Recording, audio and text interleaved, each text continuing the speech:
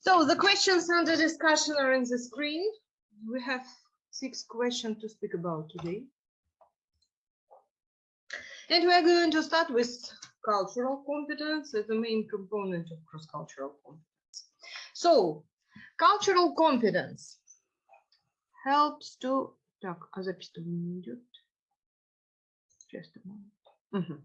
So, cultural competence helps to understand how and why people think, act, and do in the way they do, and what they think of it. Quite vague, I should say.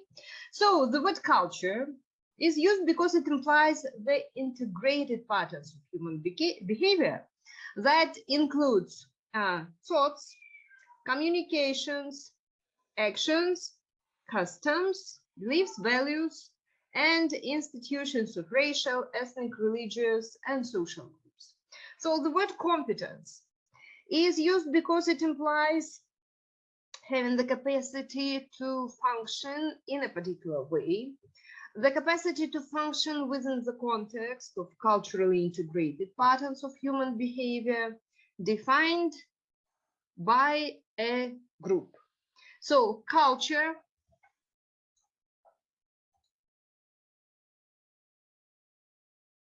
is akin to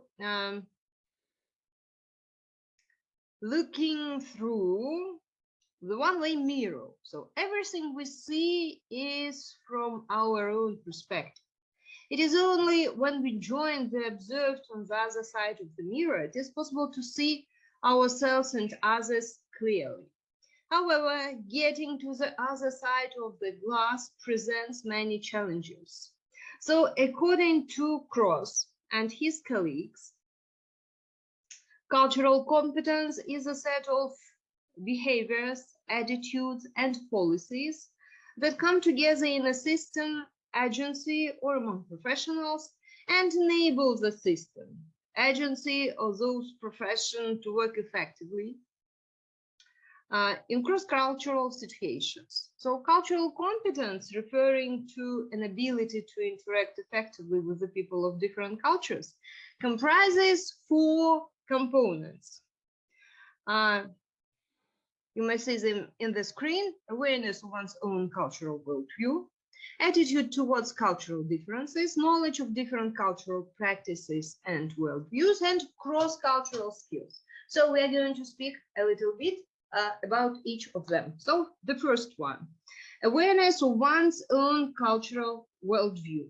So acquisition of cross-cultural awareness is closely connected with language teaching, recognizing that the aims are to give learners intercultural competence as well as linguistic competence, and to prepare them for interaction with people of other cultures, to enable them to understand and accept people from other cultures as individuals with other distinctive values and behaviors and perspectives, to help them to see that such interaction is an enriching experience. So a lack of cross-cultural awareness can result in misinterpretations, which may cause a kind of offense. So the next point is attitude towards cultural differences. Attitudes, beliefs, presuppose that the culturally competent individual is, first of all, aware of and sensitive to his or her own cultural heritage, and respects and values different heritages. So aware of his or her own values and how they may affect perception of other cultures. Comfortable with differences that exist between his culture and other cultural values and beliefs. sensitive to circumstances that may require seeking assistance from a member of different culture when interacting with another member of that culture. So the third point, knowledge of different cultural practices and worldviews. So knowledge is meant that the culturally competent person must have a good understanding of the power structure in society and how non-dominant groups are treated. He must acquire specific knowledge and information about the particular groups he or she is working with. He must be beware of institutional barriers that prevent members of disadvantaged groups from using organizational and social resources. So the fourth is cross-culture. The fourth are cross-cultural skills, and skills accept that the culturally competent individual can generate a wide variety of verbal and non-verbal messages when dealing with difference, send and receive both verbal and non-verbal responses, we mean body language, so accurately and appropriately, and exercise intervenes appropriately and advocate on behalf of people from different cultures. So beside these four components, we should aware that one goes through the cycle of adjustment in a new culture. His cultural competence increases in accordance with certain adjustment stages. So, and these stages, here is the cycle of adjustment in a new culture. And these stages include once again, four components: unconscious competence,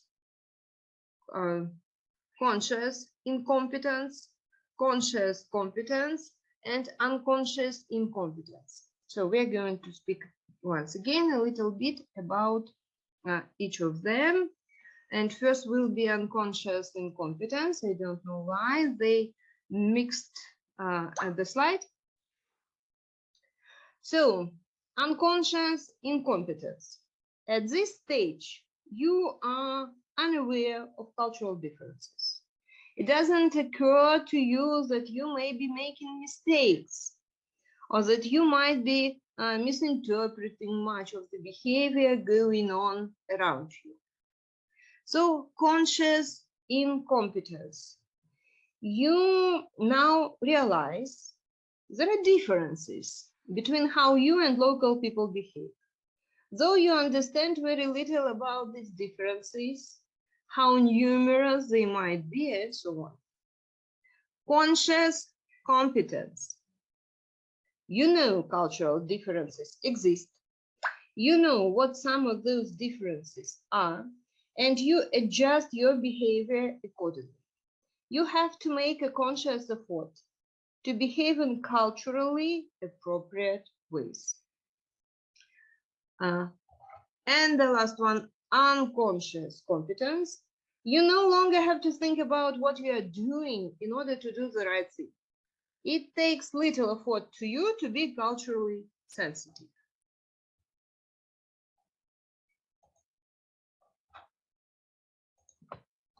So, thus, it is apparent that personal awareness, knowledge of other cultures, and application of that knowledge are necessary elements of cross-cultural competence. Operationally defined, cultural competence is the integration and transformation of knowledge about individuals and groups of people into specific standards, policies, practices, attitudes, used in appropriate cultural settings to increase the quality of different various services, and thereby producing better outcomes. So, cross-cultural competence acquisition. It is a mistake to think that effective cross-cultural communicators are born, that some people have a natural talent and others do not. So cross-cultural communication is based on interpersonal, one demanding 5 skills that should be acquired. They are in the screen: developing a range of communication skills, adapting communication appropriately, which implies to consider personal goals, context, and the people with whom we communicate. Engaging the dual perspective, which is understanding both our own and another person's perspective, beliefs, thoughts, or feelings. Monitoring communication, which is the capacity to observe and regulate your own communication. And committing to effective and ethical interpersonal communication requires that you invest energy in communicating ethically with others as unique human beings. So thus, cross-cultural communication demands cross-cultural competence that involves ability in 3 areas or domains. And these are the ability to establish and maintain relationships, the ability to communicate with minimal loss or distortion, the ability to collaborate in order to accomplish something of mutual interest or need. So,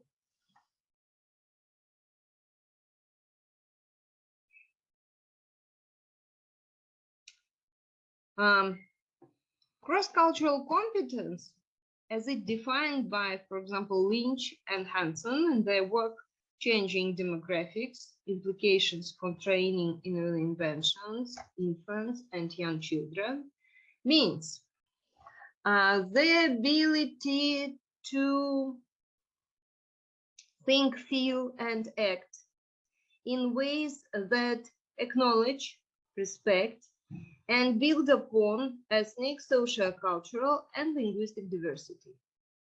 It is apparent that cross-cultural competence has multiple components that address attitudes, knowledge, skills, and actions. So this definition assumes that all individuals and groups are diverse and doesn't imply that one group is normative. It also acknowledges that social cultural factors all often play as great or greater a role in people's shared or unshared experience as their ethnicity, language, or culture. Being competent in cross-cultural functioning means to learn new patterns of behavior and apply them effectively in the appropriate settings. We can't consider cross-cultural competence without its 2 primary components. They are cultural and communicative competences. So we're coming to communicative competence. So communicative competence in nowadays, cross-cultural communication is mainly based on English as the main language in international relations, education, and business. At present, people all over the world mainly learn English for practical usage, for traveling, meeting new people, acquainting with literature and art of other countries, using internet entering international educational institutions, cooperation with partners from other countries, and so on. So communicative competence includes grammatical competence, sentence level grammar, social linguistic competence, an understanding of the social context in which language is used. Discourse competence, that is an understanding of how utterances are strung together to form a meaningful whole. And strategic competence, a language user's employment of strategies to make the best use of what he knows about how a language works in order to interpret, express, and negotiate meaning in a given context. So linguistic approaches to determining cross-cultural communicative competence have been outlined by NEP in 1997-1998. So in this approach, this competence is understood as the ability to achieve an equally successful understanding with members of other cultures and communication network as with one's own. In detail, this means the ability to anticipate and compensate for unforeseeable problems arising from strangeness. So components of this ability are at least the following.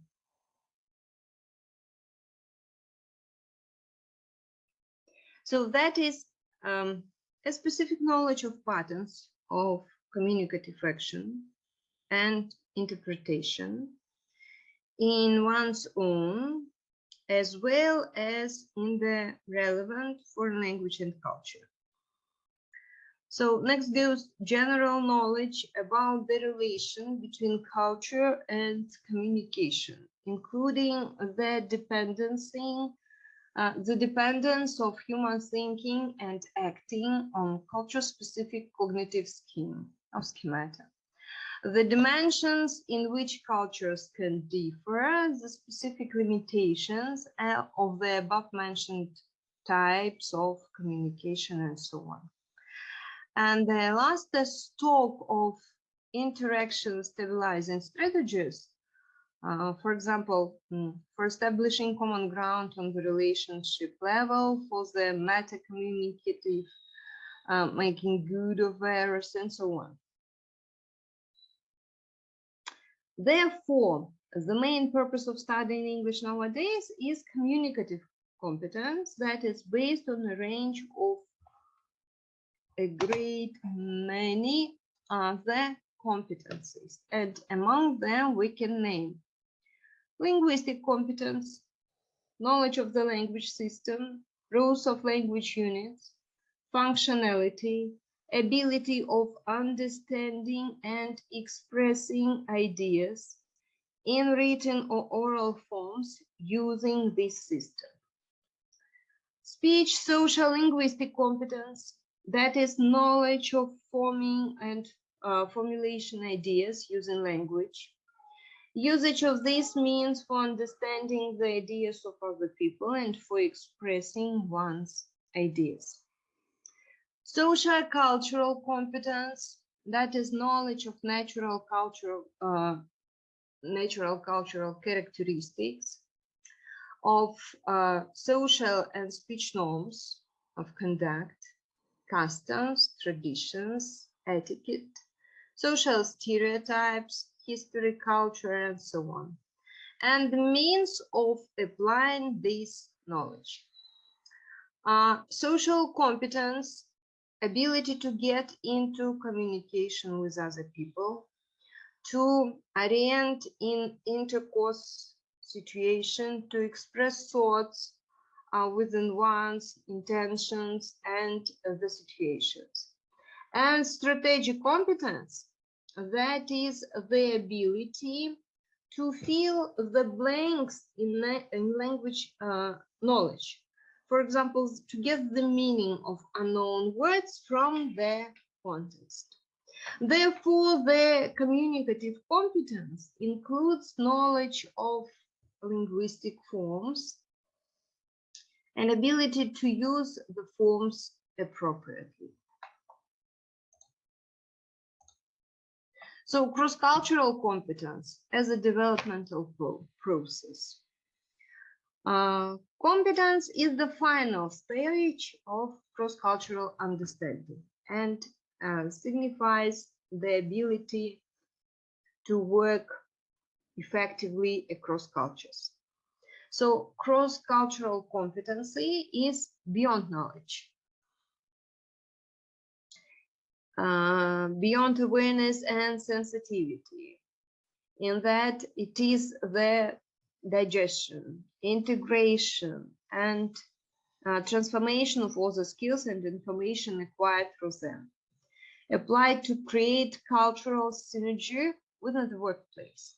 So researchers and theorists in cross-cultural communication continue to work towards unified theories of cross-cultural competence and communication.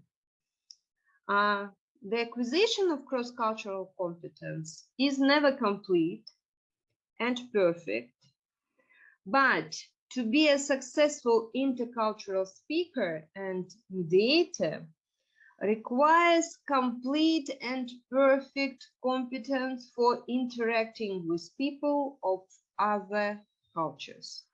So, to quote John Pilch, achieving cross-cultural competence requires that communicators lower their defenses, they take risks, and practice behaviors that may feel unfamiliar and uncomfortable.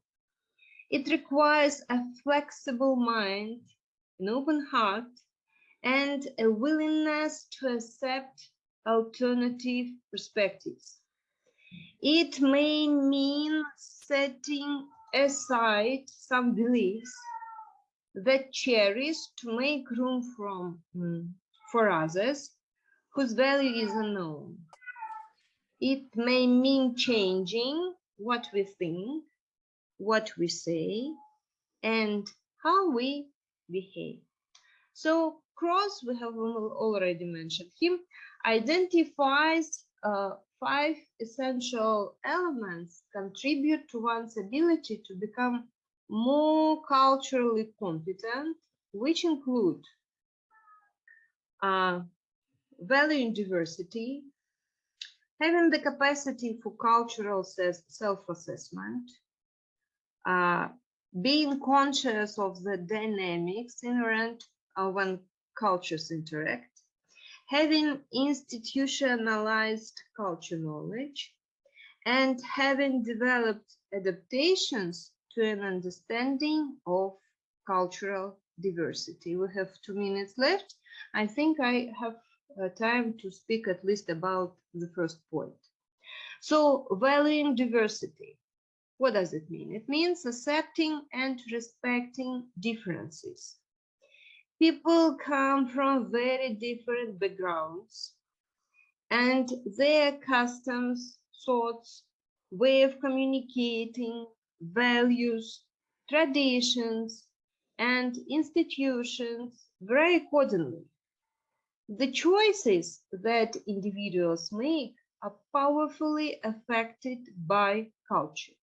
So cultural experiences influence choices that range from recreational activities to subjects of study.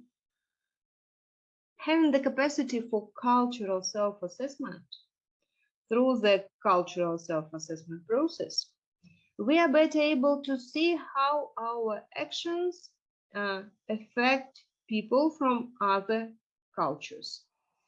For instance, physical distance during social interactions varies by cultures. So I'm going to stop the demonstration. We have less than 1 minute left. Then we are going to have a break, and I'm waiting for you after the break. See you.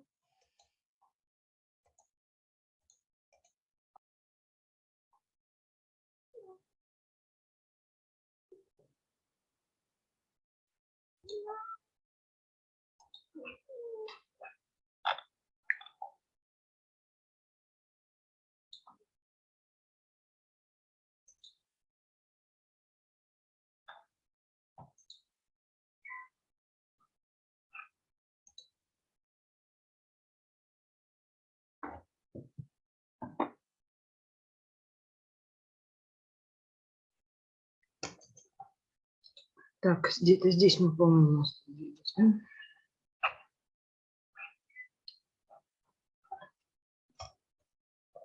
Okay, so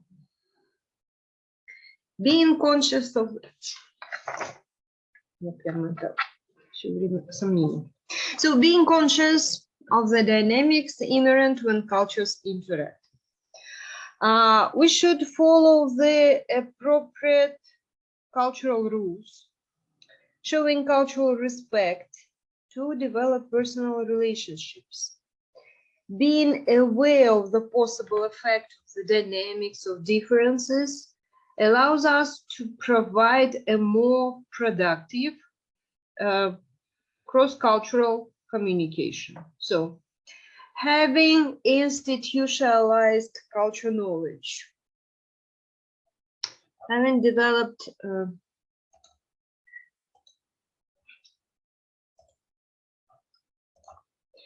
having developed adaptations to an understanding of cultural diversity. This element of cultural competence specifically focuses on changing activities to fit cultural norms and adapt cultural practices. So models of cross-cultural competence. Oh, sorry. So gaining cross-cultural competence is a long-term developmental process that requires more than reading. It is an exciting, engaging, lifelong process of expanding horizons, thinking critically about issues of power and oppressions, and acting appropriately. It is a developmental process with a 6-point continuum. Cultural competency is the ability to work, communicate, and live across cultures and cultural boundaries.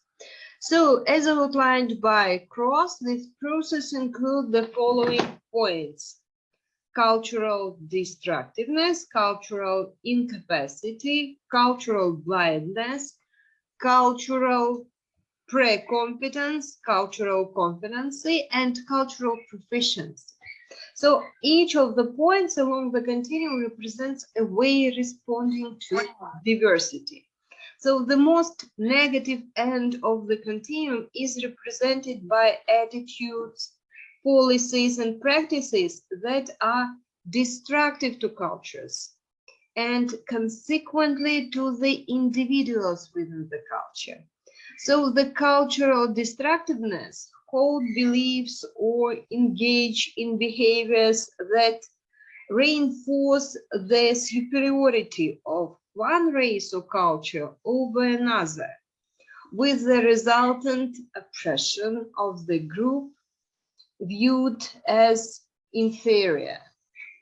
So those operating at the point of cultural incapacity are less actively destructive, but behave paternalistically. So lack the skills to be effective with individuals from diverse groups, and often reinforce these policies. So those who profess that culture, race, and language make no difference represent cultural blindness. Individuals are organizations at this point, and so individuals and organizations at this point on the continuum actively seeks to be non-biased, but in so doing many fail adequately to address the needs of the clients, yes, and they serve and implicitly or explicitly encourage assimilation. So individuals and organizations operated on the positive end of the continuum may first be described as culturally pre-competent. Although the need for cultural competent policies, procedures, and people is recognized, it may not extend beyond tokenism or research for ways to respond. So cultural competency, that is the next point on the continuum, is described as accepting and respecting differences and implementing policies that support these beliefs and commitment. And the final point on the continuum, cultural proficiency, advanced cultural proficiency, individuals and organizations seek to refine their approach and practice by learning more about diverse groups through research, dissemination, and a fully integrated workforce. So this model assumes that through personal preparation, personal commitment, and systemic change, an individual can progress toward cultural proficiency. Thus, cultural competency develops over time and needs to be actively supported with awareness, knowledge, information necessary to interact appropriately and effectively, specific skills, behavior necessary to interact appropriately and effectively, as well as polished through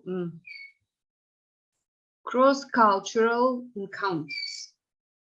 So developing cross-cultural competence is an ongoing process that requires lifelong learning. And we are coming to the final point of our today's discussion is intercultural training in teaching intercultural competence. So there are several ways to prepare an individual for intercultural interaction. In order to evaluate the effects of cultural shock. Before we're going to speak about these three groups, a little preliminary words.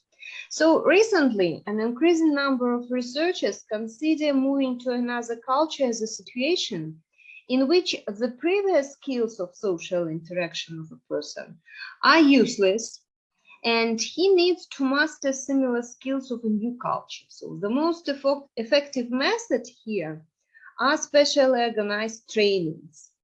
They are necessary both for migrants moving to another country for permanent residence and for visitors living there for a long time. So their purpose is to remove, first of all, the psychological difficulties of adapting to another country. So the proven techniques are based on observations made by many researchers. So there is a connection between learning culture and personal growth. Therefore, it is assumed that people who feel comfortable in more than one culture are intellectually and emotionally more satisfied with life than monocultural individuals. It is also known that children growing up in a rich, complex, and changing environment perform better on a range of intellectual and cognitive tasks that children who grew up in a monotonous environment. So research has shown that bilingual children perform better on a variety of cognitive tests than monolingual children. Therefore, one of the ways to foster intercultural competence is the compulsory study of foreign languages. В казахском языке есть пословица, я вам сейчас, конечно, по-казахски не скажу, но скажу в переводе на русском. Ты столько раз человек, сколько языков ты знаешь.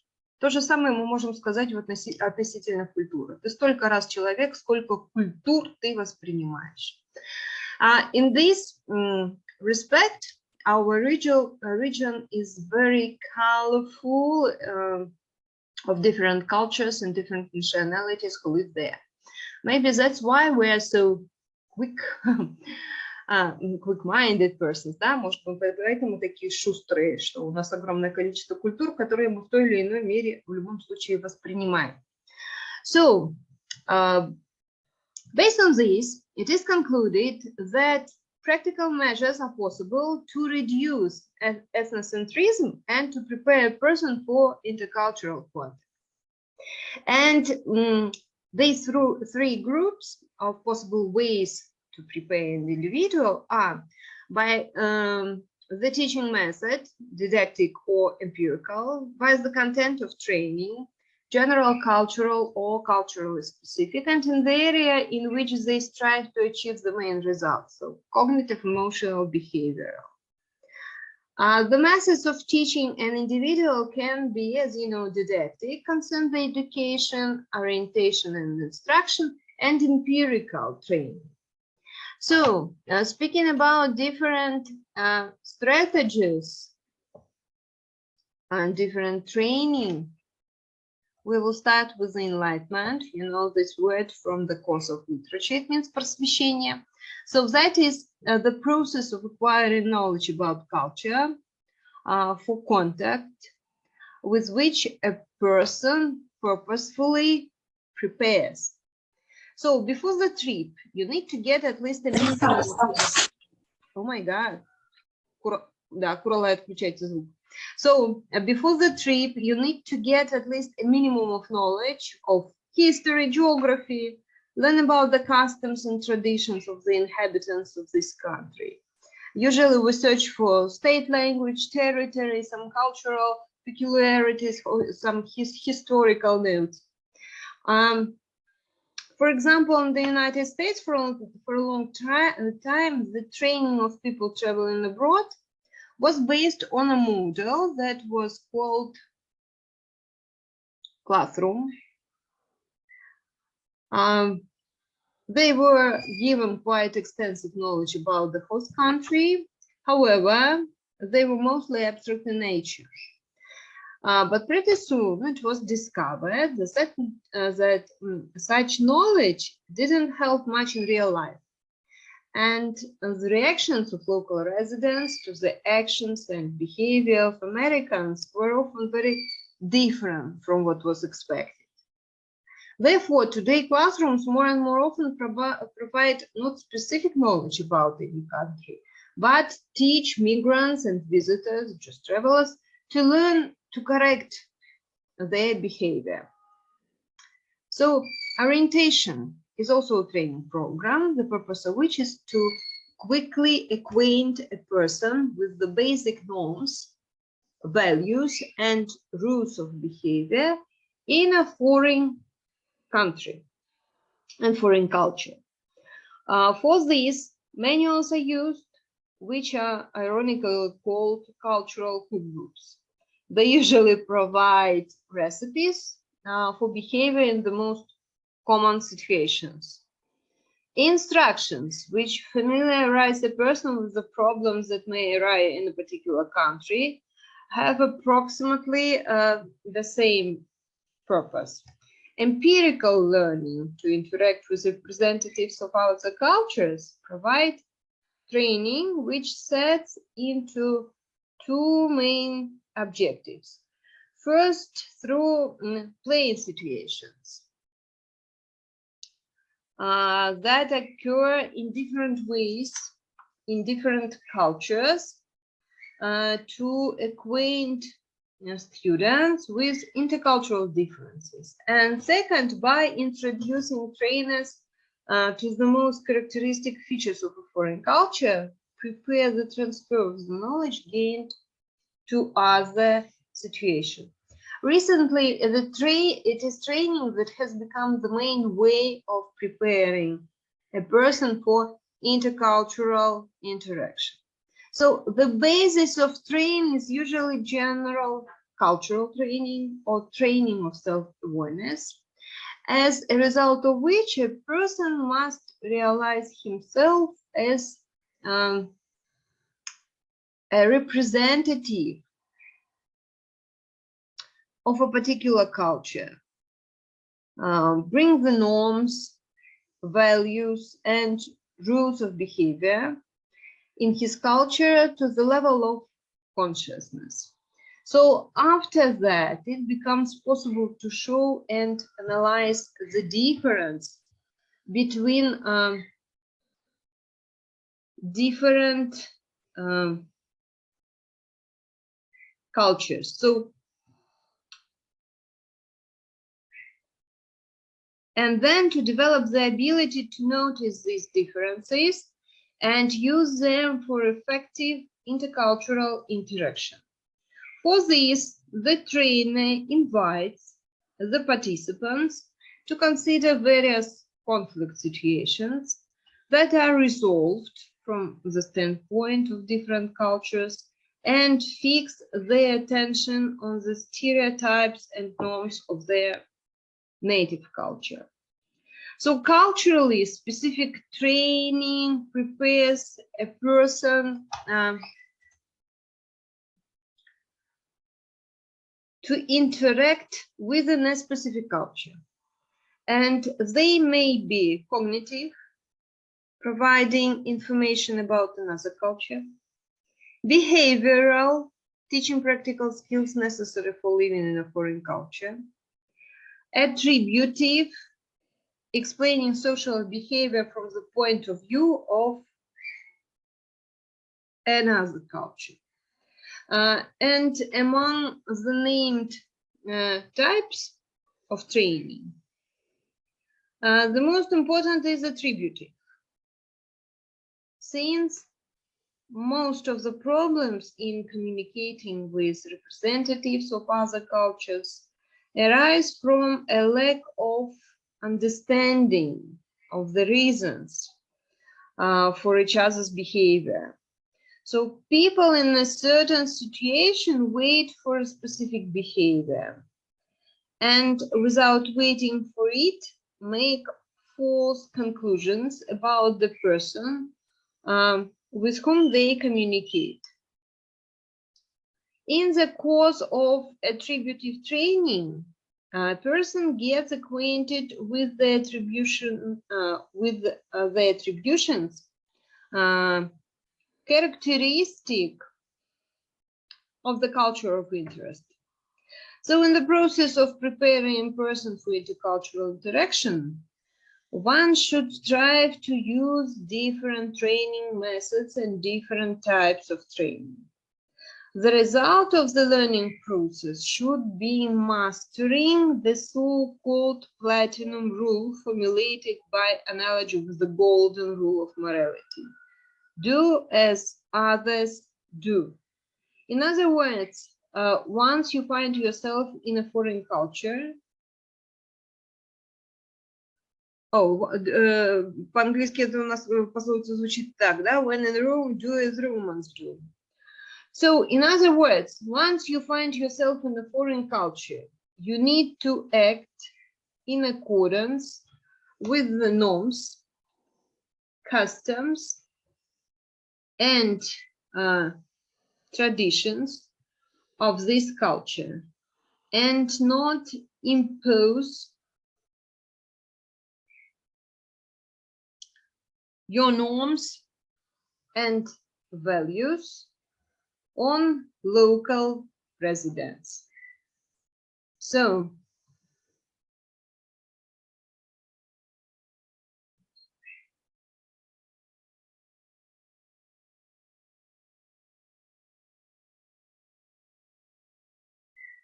Ну вот мы так быстренько с вами все закончили. Так.